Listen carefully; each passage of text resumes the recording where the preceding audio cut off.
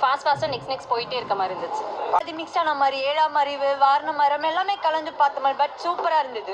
Something ஏதோ assumptions but it's not like அவர் சொன்ன மாதிரி ஃபுல்லாக லவ் ஸ்டோரி தான். ஒரு மிக்சட் எமோஷன்ஸாக நல்லா இருந்தது. அந்த மாதிரி எதுவும் இல்லாமல் ஒரு கார்த்திக் சுப்ராஜ் அவருடைய டைரக்ஷன் அந்த மாதிரி பண்ணியிருக்காரு.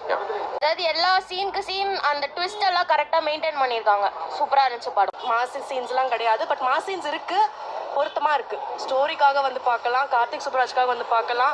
இந்த படத்துல ஃபைட் தான் ரொம்ப அதிகமாக நல்லா இருந்துச்சு. எல்லாமே நல்லா இருந்தது. இல்லை ஃபர்ஸ்ட் ஆஃப் கொஞ்சம் ஸ்லோவாக இருக்குது, பட் செகண்ட் ஆஃப் அது அப்படியே காம்பன்சேட் பண்ணுற மாதிரி ரொம்ப டபுள் பிளாக் பஸ்டராக இருக்குது. டிஃப்ரெண்ட்டாக தான் இருந்தது. ஸோ அதே மாதிரி நீங்கள் பர்செப்ஷனோட இதை பார்த்தீங்கன்னா கண்டிப்பாக நிறைய பேருக்கு டிசப்பாயின்மெண்ட்டாக தான் இருக்கும்.